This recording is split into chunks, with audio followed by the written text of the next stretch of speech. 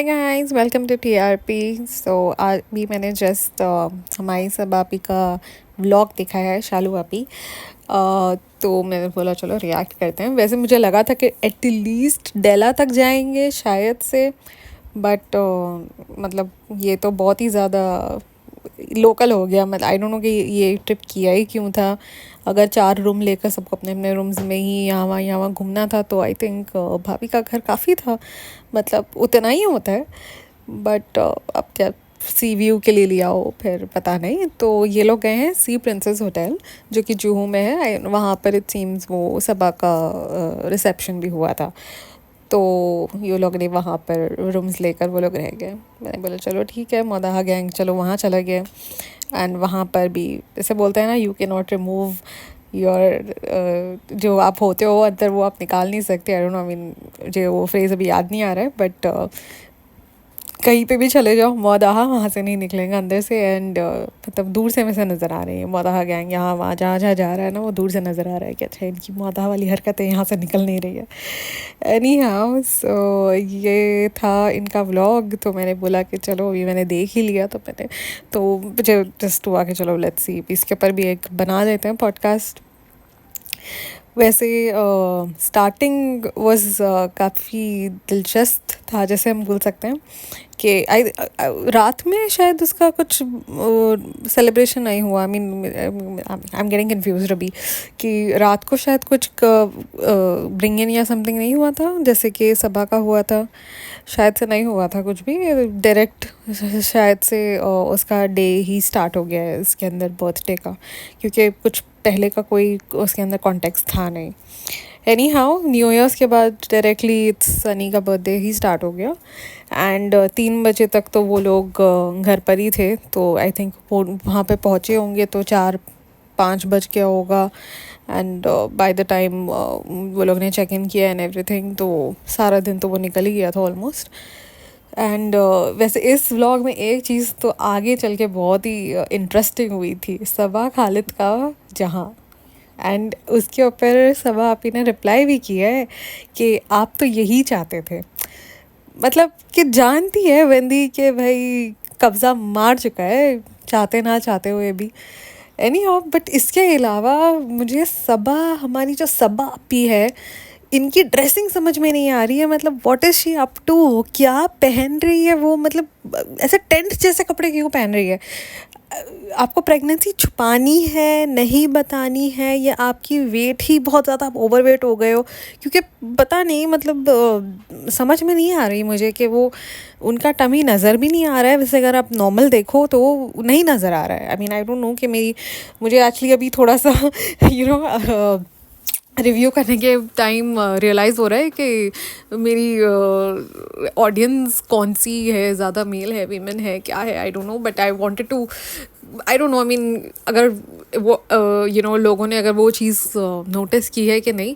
But tummy नहीं नज़र आ रहा है, सिर्फ ऊपर का हिस्सा ही बढ़ता चला जा रहा है, बट नीचे तो मुझे कुछ नज़र नहीं आ रहा। टमी ज़बरदस्ती का वो ऐसे कपड़े पहन रही है ताकि लोगों को ऐसा लगे कि वो प्रेग्नेंट है, बट साथ ही साथ ये भी हो जाए कि सारा मोटापा छुप जाए। बिकॉज जहाँ जहाँ पर वो अलग स्टाइल के जो, मतलब थोड़ा बॉडी आ गई जैसे कपड़े पहनती है, वहाँ पर ऐसा लगता है कि मोटी है। बट जहाँ पर ऐसे टेंट वाले कपड़े पहनती है वहाँ तो जाहिर सी बात है कुछ नज़र नहीं आएगा आजू बाजू के, भाई कौन सी हिस्सा कहाँ से बड़ा हो गया है। बट जहाँ पर आई थिंक वो कुर्ते वुर्ते भी वो इतनी ज़्यादा ढीले पहन रही है, पता नहीं कौन सा ही साइज़ पहन रही है और कहाँ से मिल रहे हैं उसको ये साइज़। वो अगर आप लोग को याद है कि उसने बर्थडे के टाइम पर वो जो कपड़ा बनवाया था ब्लू कलर वाला, इतना कोई बड़ा साइज़ था उस पजामे का कि मैं 2 मिनट के मुझे लग रहा था ये किसका पजामा बना लिया है। एनी हाउ, तो ज़बरदस्ती के इतने ढीले कपड़े बनवाने का मुझे मतलब, ऐसे भी उनको ऐसा होता है कि अगर आप नॉर्मली कपड़े बनवाते हो तो आप सोचते हो कि अच्छा ठीक है ये इसका मेरी साइज़ के हिसाब से आप बनवाते हो कि अभी कैसी होगी बाद में कैसी होगी वो। बट यहाँ पर तो ऐसा है कि जो करंट साइज़ है उसकी के हिसाब से बनाकर फिर तो वो लोग कभी रिपीट करते। बस ऑनेस्टली मैंने कभी भी नहीं देखा है कि इसने सबा ने कोई भी ड्रेस कभी भी रिपीट किया हो। तो आई डोंट नो कि मतलब कैसा क्या सोच रही है वो ये बनवाने से पहले, क्योंकि नॉर्मली अगर आपको पता है कि आप वो ड्रेस रिपीट नहीं करने वाले हो तो एटलीस्ट आपके तब के साइज़ के हिसाब से आप पहन सकते हो, बनवा सकते हो। बट आप तो एक्सेल आप हुए हुए हो या डबल एक्सेल आप हो, ट्रिपल एक्सेल ट्रिपल एक्सेल बनवा लिया है आपने ड्रेस, अजीब सा। इतनी ज़्यादा कोई बैगी कपड़े कैसे, मतलब आप कैसे उसको डिफ़ाइन करो, मुझे समझ में नहीं आ रहा। एनी हाउ, तो बस यही मुझे था कि एक तो वो ऑरेंज ड्रेस वाहियात फिर भी लग रहा था, उसके अलावा जो वहाँ जाने के बाद ना एक ड्रेस पहना था, वो पजामा वो प्लाजो थे, एंड उसके ऊपर वो नाइट ड्रेस का टॉप था एंड दुपट्टा।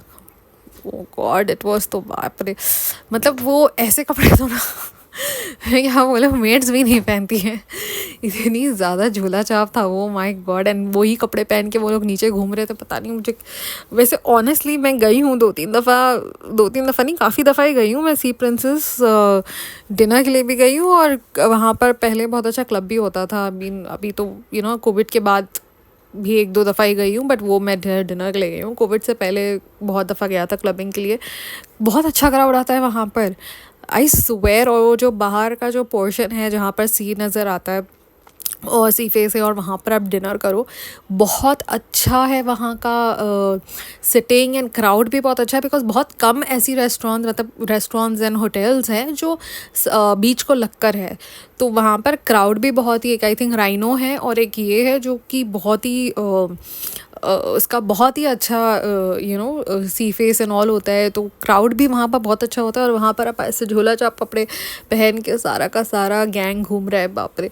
और सबसे ज़्यादा तो जो मेन सभा पी है वही ऐसे। वैसे आप लोग ने नोटिस किया कि पूरे होटल में कोई भी उसको पहचान नहीं रहा था इसीलिए फिर जुहू बीच चले गए कि यहाँ पर लोग हमें पहचानेंगे जुहू बीच पे, तो हम यहाँ पे सेल्फीज़ लेंगे लोगों के साथ। तो थोड़ा बहुत सेलिब्रिटी स्टेटस तो मिलना चाहिए ना, मतलब जैसे लगना चाहिए कि हाँ भाई हमारे यहाँ सेलिब्रिटी आई है।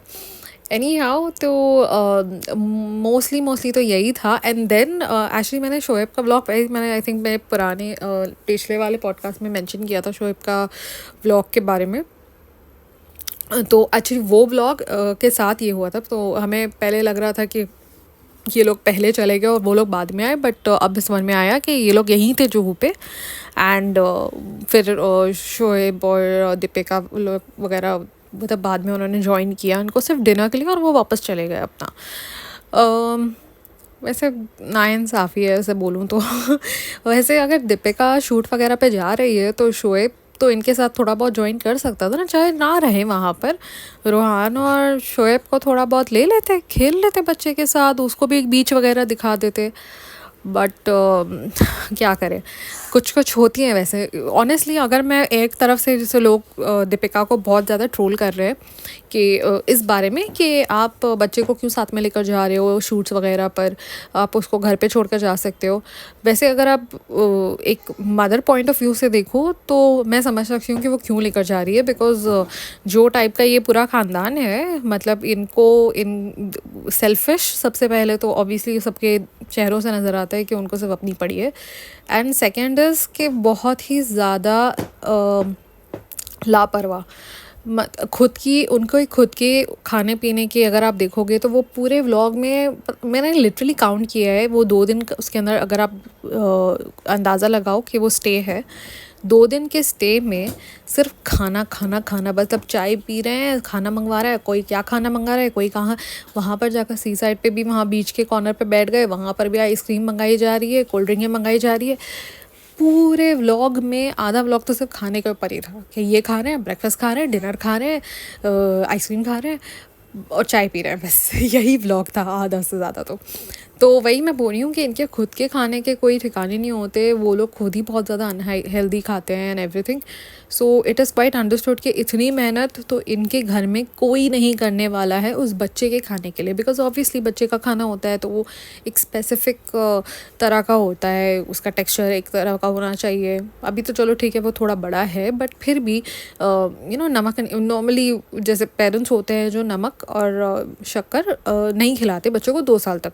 डॉक्टर रिकमेंडेड भी यही होता है कि 2 साल तक बच्चा नमक और शक्कर नहीं खाए। तो ऑब्वियसली नमक और शक्कर के बगैर जैसे खाना बनाओ बट फिर भी उसमें थोड़ा टेस्ट हो, बिकॉज़ छोटे बच्चों को फिर भी समझ में नहीं आता, बट जो रूहान जैसे जो इतने बड़े बच्चे हैं उनको तो फिर थोड़ा टेस्ट चाहिए होता है, और वो टेस्ट आपको फिर कहीं और कोई दूसरे हर्ब्स से एनहांस करना पड़ता है कि आप चलो थोड़ा सा कुछ और डाल दो, पार्सली डाल दो वगैरह कुछ भी डाल दो, और उससे आप थोड़ा एनहांस करो, या पेपर डाल दो। तो एक बहुत ही स्पेसिफिक खाना बना कर देना पड़ता है। अगर आप लोग ने नोटिस किया होगा तो वो जो अंकल जी के लिए भी जो खाना ऊपर जाता है वो भी ऐसा मुझे लगता है कि सिर्फ उबाल कर नमक और टर्मरिक क्या बोलते हैं, हल्दी का थोड़ा सा वो लगा कर उसको सिर्फ पका कर दे देते हैं। बेचारे अंकल खा लेते हैं, क्या करें। तो कभी अगर मैंने नोटिस किया है कि वो लोग जो खाना ऊपर भेजते हैं ना, जल्दी कभी खाते नहीं है खुद। मुझे लगता है वो अलग ही खाना बनाते हैं और बस वो ऊपर भेज देते हैं, और फिर बाद में अपने उसके अंदर फुल मिर्च मसाला लगा के फुल बनवाते होंगे। एनी हाउ, तो यही था। तो आई अंडरस्टैंड कि वो दीपिका ने क्यों अपने बच्चे को यहाँ नहीं छोड़ा है इनके पास, बिकॉज़ ये लोग उस बच्चे को कभी ऐसे संभाल ही नहीं पाएंगे, और अगर नानी है वहाँ पर तो अब वो उनका अपना होगा कि उसको चाहिए होगा कि बच्चा भी मेरी आँखों के सामने भी हो, तो इसीलिए तो ये इतना था व्लॉग। इसके अलावा तो व्लॉग में कुछ ही नहीं था, यही था, बस सब खा रहे थे और यहाँ वहाँ घूम रहे थे। और फिर वहाँ पे नीचे डिनर नहीं मिला, जो उसने बोला कि डिनर यहाँ पर है नहीं, बुफ़े वैसे होता है बुफ़े।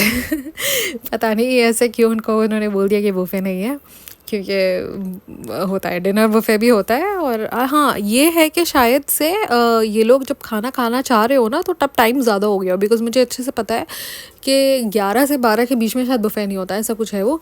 क्योंकि 12 के बाद जो है ना मिडनाइट बुफ़े लग जाता है वहाँ पर, उसमें आइटम्स कम भी हो जाते हैं और पैसे भी कम हो जाते हैं ऑब्वियसली। तो मुझे लगता है ये लोग कोई ऐसे बुफ़े में गए थे जो ये लोग का शायद टाइमिंग वैसा होगा जो कुछ ज़्यादा ही लेट होगा, कि वो बुफ़े उनको मिला नहीं होगा वहाँ पर सी प्रिंसेस में, इसलिए उनको JW जाना पड़ा। इसके अलावा एक और चीज़ थी, राइट, वो जो सॉन्ग गाने के लिए वो बोल रहा था रिज़ा को, आई थिंक कह रहा था, मुझे समझ में नहीं आया कि बिकॉज पहले वो कह रहा था कि हाँ गाना गाना पड़ेगा, पहले मुझे लगा था वो उसने कहा था कि सबा और रिज़ा दोनों गाए, बट फिर बाद में पता नहीं सिर्फ रिज़ा पे चला गया। वैसे रूमर्स तो बड़ी आ रही है, तो फिर लोग बोल तो रहे, बड़ी बातें कर रहे हैं, तो फिर अब क्या बोल सकते हैं। एनी हाउ, इसके अलावा क्या था, हाँ वो वाला भी, एक मोटा हाथी घूमने गया। तो भाई बिल्डरों को बुला लिया अपने बर्थडे पार्टी में, भाई की स्टाइल मार के, बिकॉज़ भाई भी पहले बुलवाते थे ना अपने वो बिल्डर दोस्तों को, तो बिल्डरों को बुलवा लिया मेरे दोस्त एकदम, और बीवी को हाथी बनवा लिया। अब क्या कह सकते हैं भाई, कब्ज़ा तो मार लिया है भाई फुल अपनी वाइफ का, सेलिब्रिटी स्टेटस। और फिर वहाँ पर भाई भी थे, तो भाई के सामने भी फुल भाई भाभी के सामने ऐसे उनकी वो भी हो गई। अब तो भाई जिम में भी इज़्ज़त बढ़ गई एकदम। तो हमारे क्या बोलते हैं उनके सनी भाई की। एनी हाउ, तो this was all about it, I think. मैं सोचा कि चलो अभी बन गया है तो फिर मैंने देख लिया, तो मैंने कहा चलो रिएक्ट भी कर लेता है थोड़ा बहुत इसके बारे में। ऐसे काफ़ी इंटरेस्टिंग था, इसके व्लॉग्स इंटरेस्टिंग ही होते हैं, मतलब ऑनेस्टली क्रिंज उतना नहीं होता है क्रिंज, बट एटलीस्ट कुछ रिएक्ट करने लायक तो होता है। वो सबा और ये क्या बोलता है, ये सुफियान निदा के तो बिल्कुल भी रिएक्ट करने लायक नहीं होता है, बहुत ही ज़्यादा ओवर एक्टिंग से भरे पड़े होते हैं, तब इंसान क्या ही ओवर एक्टिंग को रिएक्ट करे। Anyhow, thank you so much guys. Please don't forget to like, share, comment and subscribe.